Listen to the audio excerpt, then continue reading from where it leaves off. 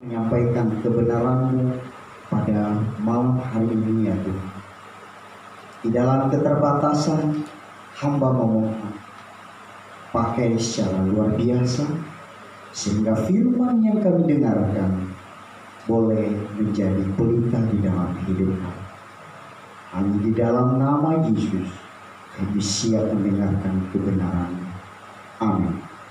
Ya, dipersilakan duduk kembali.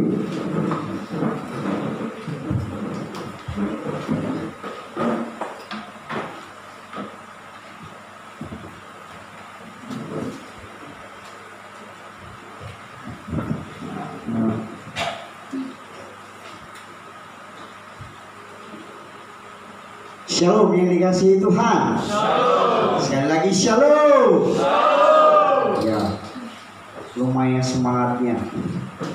Bapak Ibu yang dikasihi Tuhan, pada sore hari ini di tengah-tengah PSBB yang masa transisi di Jakarta, kita boleh bersyukur dan berterima kasih di mana kita boleh diizinkan untuk beribadah sesuai dengan protokol kesehatan yang ada. Dan puji nama Tuhan juga saya diberikan kesempatan lagi untuk mau melayani, bahkan diberikan kesempatan oleh seksi rohani dari Senat. Terima kasih.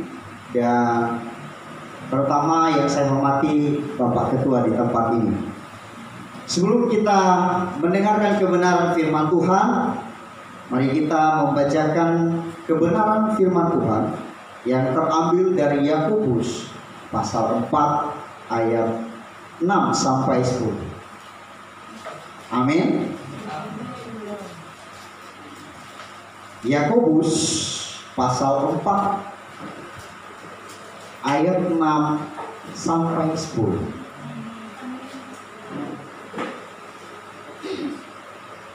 Lembaga Alkitab Indonesia memberikan judul demikian: Hawa nafsu dan persahabatan dengan dunia. Ayatnya yang ke-6 demikian. Kita sama-sama membacakannya. 3 ya. Tetapi kasih karunia yang dianugerahkan kepada kita lebih besar daripada itu. Karena itu dia katakan, Allah menentang orang yang congkak, tetapi mengasihani orang yang rendah hati. Karena itu tunduklah kepada Allah dan lawanlah iblis, maka dia akan lari daripadamu. Mendekatlah kepada Allah dan Dia akan mendekat kepadamu. Tahirkanlah tanganmu, hai kamu orang-orang berdosa, dan sucikanlah hatimu, hai kamu yang berdua hati. Sadarilah kemalanganmu, berduka cita dan merataplah. Hendaklah tertawamu kamu ganti dengan rangkap, dan sukacitamu dengan duka cita. Rendahkanlah dirimu di hadapan Tuhan, dan Dia akan meninggikan kamu. Sekali lagi saya akan membacakan di ayat yang ke-7. Karena itu tunduklah kepada Allah dan lawanlah iblis, maka ia akan lari daripadamu. Saudara-saudara yang dikasihi Tuhan, saya akan memberikan tema kepada kita di malam hari ini, yaitu milikilah penundukan diri. Sekali lagi saya katakan, milikilah penundukan diri. Saudara-saudara yang dikasihi Tuhan, kalau misalnya kita bisa melihat bahwa apa tujuan Yakobus menulis surat ini. Tujuan Yakobus menulis surat ini adalah supaya orang-orang Kristen, atau dalam pengertian Yakobus, agar mereka melakukan dalam kehidupan sehari-hari. Itu tujuan. Kalau kita melihat lebih dalam bahwa Yakobus menulis surat ini, itu diperkirakan 40 tahun Masehi. Itu diperkirakan. Jadi surat Yakobus ini diperjelas bahwa dia mengirim surat ini kepada 12 suku di perantauan. Supaya apa? Supaya mereka mengerti dan memiliki kekuatan di dalam penderitaan atau pencobaan-pencobaan yang mereka alami. Bahkan mereka percobaan yang mereka alami bukan hanya secara internal, tetapi di luar daripada internal itu sendiri.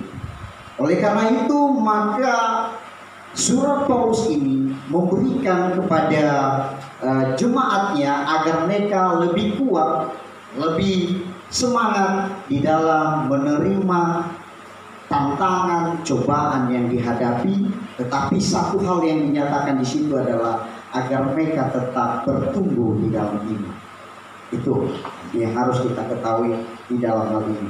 Nah, saudara-saudara yang dikasihi Tuhan, kalau kita melihat di dalam contoh penundukan ini, saya ambil contoh salah satunya adalah Abraham. Ya. Kalau kita melihat Abraham adalah bagaimana sejarahnya, mungkin mahasiswa pasti mengerti hal itu. Di mana Abraham itu dengan istrinya Sarah tidak punya anak, atau sering dikatakan Sarah itu adalah mandul. Tetapi ketika kita melihat janji Allah yang dinyatakan di dalam keturunan Abraham, maka apa yang sebenarnya dipikirkan oleh Abraham? Tentunya di dalam hal ini mungkin secara nalar saya, secara rasional saya, ya sudahlah, Allah itu adalah Maha Pemberi, Allah itu Maha Pengasih, otomatis saya berpasrah pada Tuhan. Tentunya di dalam hal itu tidak. Tetapi harus diidentik bahwa Abraham dikatakan adalah orang yang beriman kepada Tuhan. Maka Allah menyatakan janjinya kepada Allah menyatakan Allah menyatakan janjinya kepada Abraham agar ya melihat bahwa bagaimana pemeliharaan Allah itu kepada Abraham. Ketika Abraham diberikan suatu berkat yang sangat luar biasa, yaitu anak, maka dari situ bagaimana kalau kita merasakan hal yang sama apa yang dirindukan oleh Abraham? Sungguh sukacita yang sangat luar biasa, Bapak. Dia begitu merindukan seseorang anak, maka Tuhan mengabulkan hal itu di umur Sarah yang ke-90. Saudara-saudara yang dikasihi Tuhan, setelah itu dinyatakan, maka Abraham diuji, ditantang, apakah dia tunduk pada Allah. Menjadi pertanyaan kita, apakah Abraham tunduk pada Allah? Ketika Allah menyuruh Abraham untuk mengkorbankan, mempersembahkan anaknya, apa yang dilakukan Abraham? Kalau anak yang satu-satunya, apa yang dia rasakan? Tuhan, jangan, itu anak satu-satunya. Tetapi oleh karena Abraham memiliki ketundukan di dalam Allah, maka dia mengikut apa yang dinyatakan oleh Allah. Ketika Ishak menanyakan kepada Abraham, mana korbannya? Apa yang kau pikirkan kalau misalnya seperti itu dinyatakan dalam hidup kita? Ini merupakan suatu dilema kepada Abraham. Tetapi jawaban Abraham begitu singkat dan sederhana. Tuhan menyediakan. Wow, bagi saya itu adalah sungguh luar biasa. Dan ini saya menilai Abraham itu adalah menunjukkan bahwa dirinya memiliki ketundukan di dalam Allah. Saudara-saudara yang dikasihi Tuhan, menurut Kamus Webster, arti daripada kata penundukan yaitu secara sukarela berserah kepada satu sama lain, menyerahkan rancangan-rancangan atau tujuan seseorang kepada orang lain. Artinya penundukan diri membawa seseorang berada di bawah kepemimpinan, ya, berada di bawah kepemimpinan orang lain. Orang yang tunduk bukan di atas kepemimpinan orang lain, tetapi dia berada di bawah kepemimpinan orang lain.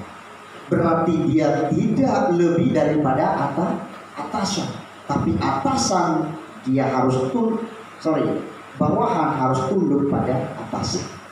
Itu yang pengertian daripada penundukan secara Webster. Di dalam artinya di sini bahwa demikian kita sebagai orang-orang yang percaya kepada Tuhan, kita harus tunduk kepada kehendak Allah. Kita harus tunduk pada pimpinan kita. Kita harus tunduk pada atasan kita. Kita harus tunduk orang yang memberikan kita nasihat. Dengan demikian, tetapi zaman sekarang yang sudah berubah. Ya, kalau kita melihat tidak seperti yang dinyatakan kata pendudukan itu. Tetapi di dalam firman Tuhan, di ayat yang ke-6 dijelaskan bahwa ada banyak orang yang menentang Allah. Ya, artinya tidak ada zaman sekarang yang menundukkan diri. Walaupun sebenarnya saat ini ada sebagian yang tunduk, tetapi sepenuhnya bahwa masih belum menundukkan diri. Makanya di dalam firman Tuhan dikatakan di dalam Yakobus pasal 4 ayat 6 di situ, Allah menentang orang yang congkak, tetapi mengasihani orang yang rendah hati. Tentunya di dalam hal ini Bapak Ibu yang dikasihi Tuhan, kita harus memiliki di dalam hati kita penundukan dengan sungguh-sungguh. Ya, kita di dalam konteks di bawah kepemimpinan lembaga, khususnya di STT HAMI. Dalam pengertian hal ini bahwa ketika kita sudah berada di dalam STT HAMI, maka kita sebagai mahasiswa ataupun dosen melakukan sewenang-wenangnya saja. Tentu tidak, karena ada aturan-aturan yang harus dipenuhi, aturan-aturan yang harus dijalankan. Mahasiswa yang berada di dalam asrama, dia harus tunduk pada 10 hukum Taurat yang diberikan oleh asrama. Bukan seperti hukum Taurat yang ada di Pentateuk. Ya. Tetapi di sini menjelaskan kepada kita, kalau engkau dipanggil menjadi hamba Tuhan, engkau siap dibentuk di dalam Tuhan dan engkau menjadi anak Tuhan yang luar biasa. Orang yang tidak mau tunduk pada aturan, maka itu yang disebut dengan congkak. Biasanya orang congkak itu atau dikatakan dengan sombong identik dengan apa yang dia sudah punya. Misalnya kekayaan, harta, jabatan dan sebagainya. Tetapi bagi mahasiswa mungkin ilmu yang sudah didapat saat ini, maka dia tidak tunduk pada hal-hal yang sesungguhnya itu adalah harus tunduk pada atasan. Atau mungkin karena dia cantik, maka dia tidak tunduk pada orang yang jelek. Atau misalnya dia menganggap seseorang itu adalah kita hanya sedikit, bahasa kasar di sini 11-12, maka saya tidak mau mendengarkan apa yang engkau sampaikan, apa yang engkau nasihati. Sesungguhnya kita harus tunduk, sekalipun dia adalah teman kita. Karena dia sudah diberikan kepercayaan, maka kita harus tunduk. Karena itu dia sudah mendapatkan wewenang atau dikatakan otoritas. Saudara-saudara yang dikasihi Tuhan, di dalam hal ini bahwa kita diajarkan penundukan diri dan kerendahan hati itu sepaket. Ya, sepaket. Artinya sepakat itu adalah satu yang tidak bisa dipisahkan satu dengan yang lain. Ya. Ketika ada penundukan, di situ nyata kerendahan hati. Orang yang memiliki kerendahan hati berarti dia siap dicaci maki, dihina, bahkan diomeli. Demi apa? Masa depan yang baik, bahkan di dalam dirinya sudah mengambil hati hamba. Itu. Saudara-saudara yang dikasihi Tuhan, ketika kita sudah tunduk kepada atasan kita atau kepada Tuhan, maka ada hal yang harus kita lihat di situ. Apa yang harus kita lihat kalau kita sudah tunduk? Tentunya di dalam hal ini bahwa kita benar-benar diberkati Tuhan. Abraham salah satu contoh.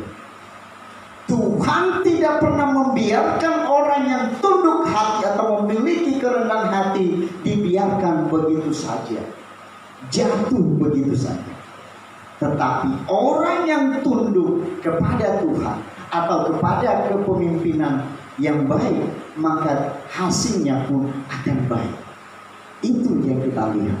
Dengan demikian Bapak Ibu yang dikasihi Tuhan, bahwa dengan hal ini ketundukan yang harus kita lakukan adalah di dalam Wahyu pasal 15 ayat 4b. Di situ kita bisa membaca. Ahmad boleh? Wahyu pasal 15 pasal 15 ayat 4b. Wahyu pasal 15 ayat 4b. ya. Demikianlah firman Tuhan, sebab engkau saja yang kudus, karena semua bangsa akan datang dan sujud menyembah engkau, sebab telah nyata kebenaran segala penghakimanmu. Baik, terima kasih. Artinya bahwa ketika kita tunduk kepada Tuhan, berarti Tuhanlah yang memegang kendali hidup kita.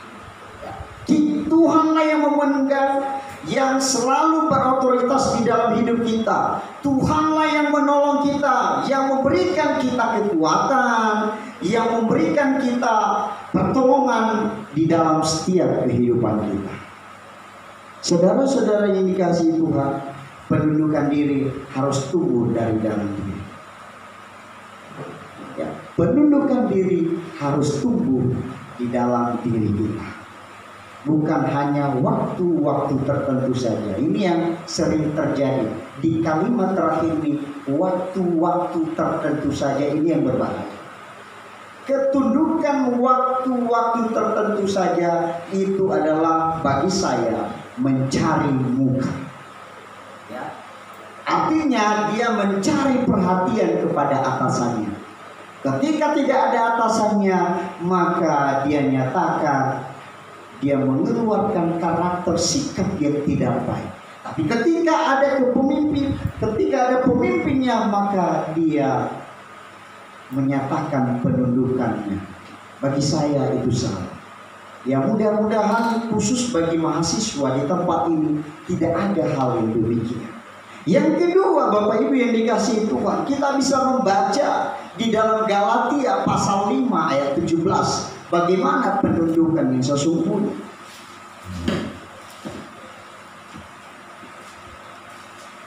Boleh Erwin baca buat kita? Demikian firman Tuhan, Galatia pasal 5 ayat 17. Sebab keinginan daging berlawanan dengan keinginan roh, dan keinginan roh berlawanan dengan keinginan daging, karena keduanya bertentangan, sehingga kamu setiap kali tidak melakukan apa yang kamu kehendaki. Baik, terima kasih. Untuk tunduk kepada Tuhan atau tunduk pada diri sendiri, ada yang harus dibayar, yaitu harus dimatikan keinginan daging. Bagi kita yang masih belum tunduk di dalam hal ini, yang masih menggebu-gebu keinginan daging, saya rasa itu masih belum menundukkan dirinya, baik pada manusia maupun pada Tuhan. Di dalam firman Tuhan jelas dinyatakan bahwa kita harus mati terhadap daging kita, ya, supaya kehidupan kita akan berdampak bagi orang lain. Itu yang sesungguhnya. Ya, Bapak Ibu yang dikasihi Tuhan, bahwa di dalam firman Tuhan yang begitu kita lihat saat ini, ya, bahwa kita harus sungguh-sungguh tunduk pada Allah. Dan apapun yang terjadi di dalam konteks di bawah naungan lembaga, kita juga harus tunduk. Keras atau lembutnya pun kita harus tunduk. Kenapa? Saya yakin orang yang memimpin kita tidak membawa kita ke dalam jalan yang salah, tetapi membawa kita ke jalan yang benar. Tunduklah dalam dirimu, dan engkau nyatakan berkat yang luar biasa. Biarlah firman Tuhan itu menjadi kekuatan baru bagi kita. Mari kita berdoa. Terima kasih ya Bapak, Engkau telah menyatakan bagi kami